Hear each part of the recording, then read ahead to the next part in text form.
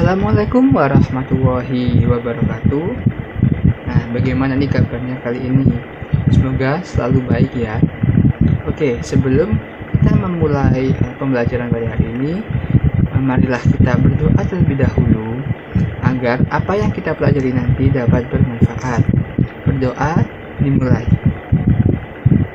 Berdoa selesai.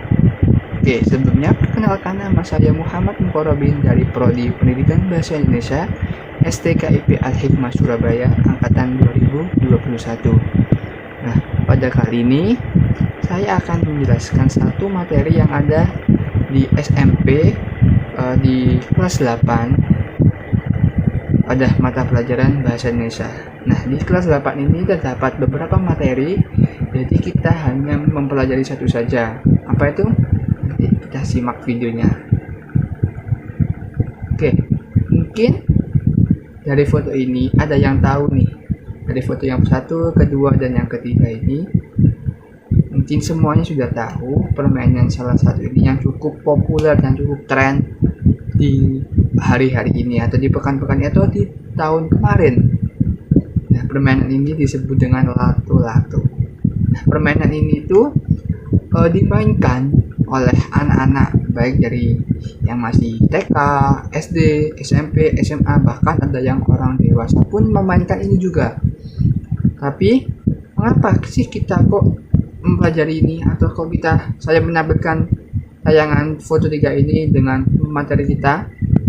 Materi kita pada kali ini adalah tentang menulis artikel ilmiah populer.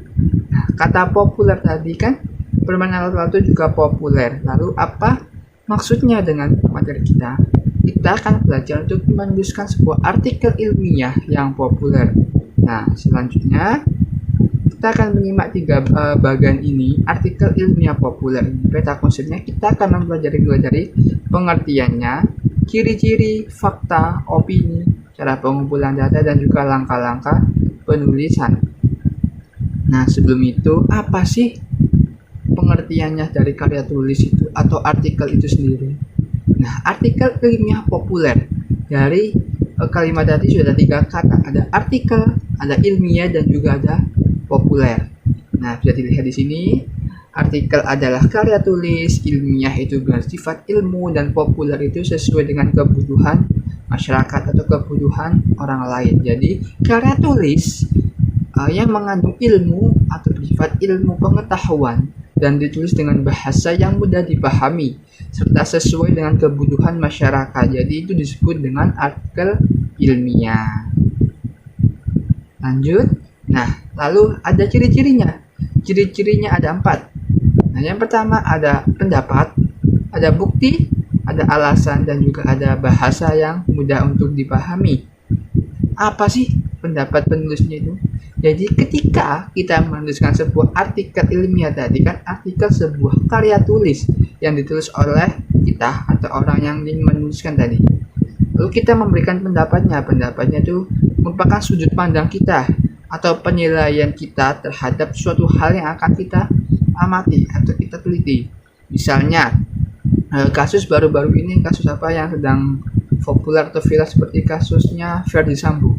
Nah, kita memberikan pendapat kita bahwa tragedi itu, kejadian itu seperti apa sesuai dengan sudut pandang kita. Lalu kedua ada bukti. Bukti itu adalah pernyataan atau suatu kalimat yang diikuti oleh bukti-bukti yang mendukung dari penulis. Jadi kita memberikan sebuah tambahan atau bukti-bukti untuk memperkuat argumen kita dari pendapat tadi. Lalu ada alasan. Nah, alasannya nih mengapa? Alasannya ini penjelasan dari bukti-bukti itu untuk memperkuatnya. Jadi dengan sebuah ilmiah. Lalu yang keempat ada bahasa yang mudah untuk dipahami. Jadi kita harus menggunakan bahasa yang mudah dipahami sehingga orang lain pun tahu apa yang kita tulis, apa maksud dari yang kita tuliskan tadi itu orang lain dapat mengetahuinya. Nah, ini ada contoh salah satu artikel ilmiah yang berjudul Fasilitas Sekolah untuk Peserta Didik Difabel. Di SMP Merdeka terdapat 5 peserta didik difabel. Nah, itu bisa dibaca. Lalu di selanjutnya kita akan membedah keempat unsur tadi ciri-cirinya. Oke, yang warna kuning. Sebaiknya SMP Merdeka lebih memperhatikan fasilitas untuk peserta didik dengan kondisi seperti itu. Sayangnya, nah itu seperti apa? Itu sebuah pendapat kita. Pendapat dari siapa? Penulis. Penulis memberikan pendapat bahwa terdapat harus memperhatikan fasilitas. Siapa yang memperhatikan fasilitas? SMP-nya itu harus memperhatikan fasilitas untuk peserta didik. Lalu yang kedua ada bukti. Buktinya ini yang berwarna merah. Tangga kondisi ini tentu menimbulkan kesulitan bagi peserta didik yang difabel, terutama bagi peserta didik yang berjalan dengan menggunakan kruk. Mungkin bagi mereka menaiki tangga rasanya seperti mendaki gunung.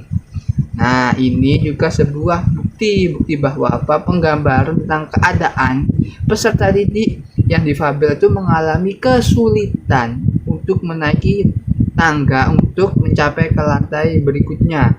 Lalu yang warna ungu, kadang-kadang belajar di ruang guru yang terletak di lantai 1 dan seterusnya ini sampai ada undang-undangnya juga untuk apa? Alasan yang mendukung dari bukti tadi kita atau alasan pendapat penulis tadi. Sebaiknya memperhatikan fasilitas tadi. Setelah itu kita berikan buktinya apa? Bahwa buktinya peserta difabel ini sangat kesulitan untuk menaiki tangga. Lalu sesuai dengan undang-undang yang ada tahun 2016 nomor 8 ini menjelaskan tentang penyandang disabilitas harus memiliki hak untuk menggunakan fasilitas publik. Nah, untuk yang hijau ini sebuah bahasa yang mudah dipahami. Ini menjelaskan tentang RAM. RAM itu membantu peserta didik yang difabel untuk menggunakan kursi roda untuk dapat naik ke lantai berikutnya. Nah, selanjutnya ada cara mengidentifikasi fakta dan juga opini. Ini fakta dan juga opininya. Fakta itu berupa apa? Hal atau keadaan atau sebuah peristiwa dan kenyataan yang benar adanya. Jadi fakta itu benar-benar nyata, tidak dapat dimanipulasi. Lalu dapat dibuktikan dengan kebenarannya. Lalu disertai sebuah data dan juga informasinya tetap dan tidak berubah. Jadi semuanya itu sebuah fakta jika kejadian tadi itu benar apa adanya dan dibuktikan dengan kebenaran. Seperti tadi yang difabel itu halnya apa? Bahwa difabel itu kesulitan untuk menaiki tangga. Lalu buktinya dia harus naiki tangga seperti naik gunung disertai data-data juga. Dan informasinya ini tetap tidak mungkin berubah-ubah. Lalu kalau yang opini ini berisikan pendapat atau tanggapan seseorang. Lalu dinyatakan dengan kata relatif, kira-kira, menurut, pendapat, dalam seperti itu, seperti pandangan saya, dan yang lain sebagainya. Lalu informasinya berubah-ubah dan subjektif. Subjektif ini sesuai dengan perasaan yang penulis itu sendiri. Jadi kalau fakta ini sesuai dengan data, sedangkan opini ini seperti pendapat kita. Nah, ini contohnya. Ada faktanya, ada 5 peserta didik yang difabel. Lalu opininya sekolah belum mendukung. Lalu ada faktanya lagi 4 peserta didik, ini sudah fakta juga. Buktinya bahwa ada 4 peserta didik yang harus berjalan memakai kruk dan seorang peserta didik ini lagi memakai kursi roda. Lalu yang fakta lagi ini disebutkan ada Undang-Undang nomor 8 tahun 2016 tentang disabilitas. Lalu opininya apa? Opininya bagi peserta didik yang berjalan ini menggunakan kruk menaiki tangga rasanya seperti mendaki gunung. Ini sebuah pandangan dari penulis bahwa jika peserta didik itu naik dengan menggunakan kruk, ia seakan-akan mendaki sebuah gunung. Lalu sekolah sebaiknya, kata sebaiknya ini seperti pendapat atau saran kepada pihak sekolah dari sang penulis itu sendiri. Nah, ini ada contoh-contoh kalimat. Kalimat pertama ini disebut apa? Peserta didik difabel adalah peserta didik yang mengalami keterbatasan. Ini juga sebuah bukti, berarti sebuah fakta. Lalu dikutip dari halaman Halodoc. Halaman Halodoc berarti sudah jelas ada buktinya. Jadi dibuktikan kebenarannya, berarti ini juga sebuah fakta. Lalu yang ketiga, peserta didik difabel sudah selayaknya mendapat layanan khusus.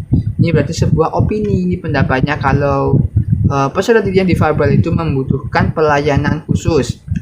Lalu jadi sekolah inklusi ini bla bla bla bla ini juga sebuah fakta. Mengapa? Karena jadi sekolah inklusi ini memberikan layanan khusus terhadap jadi sekolah inklusi ini. Jadi sebuah fakta kalau sekolah inklusi itu memberikan layanan khusus kepada peserta yang difabilitas. Lalu berdasarkan penelitian, berdasarkan penelitian ini juga sebuah fakta sudah jelas kalau pernah dilakukan penelitian oleh Prasetyo tahun 2010.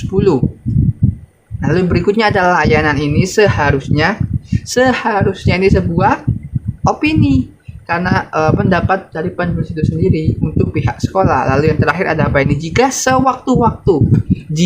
sewaktu-waktu peserta difabel keluar dari sekolah dengan alasan apapun. Nah, ini jika sewaktu-waktu ini tuh sebuah opini atau pendapat dari penulis.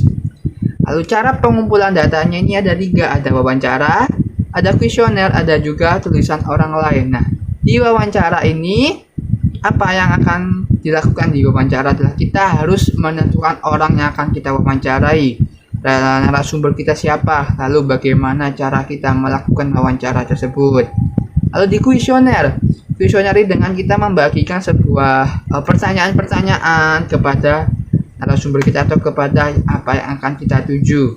Lalu yang terakhir ada tulisan orang lain dengan bagaimana dengan kita mengambil atau membuat referensi dengan mencermati sebuah media, informasi, atau cari data-data pendukung untuk menguatkan pendapat kita. Nah, itu tadi 3 cara untuk melakukan atau mengumpulkan informasi untuk menuliskan sebuah artikel. Lalu langkah-langkahnya bagaimana? Langkahnya ada 5. Pertama, kita tentukan topiknya terlebih dahulu. Lalu tentukan tujuan. Tentukan cara mendapatkan informasi tadi ada 3. Lalu tulis pendapat kalian berdasarkan informasi dan tuliskan artikel kalian berdasarkan informasi tersebut. Misalnya kita mengambil tema tentang pendidikan, topik kita seputar pendidikan.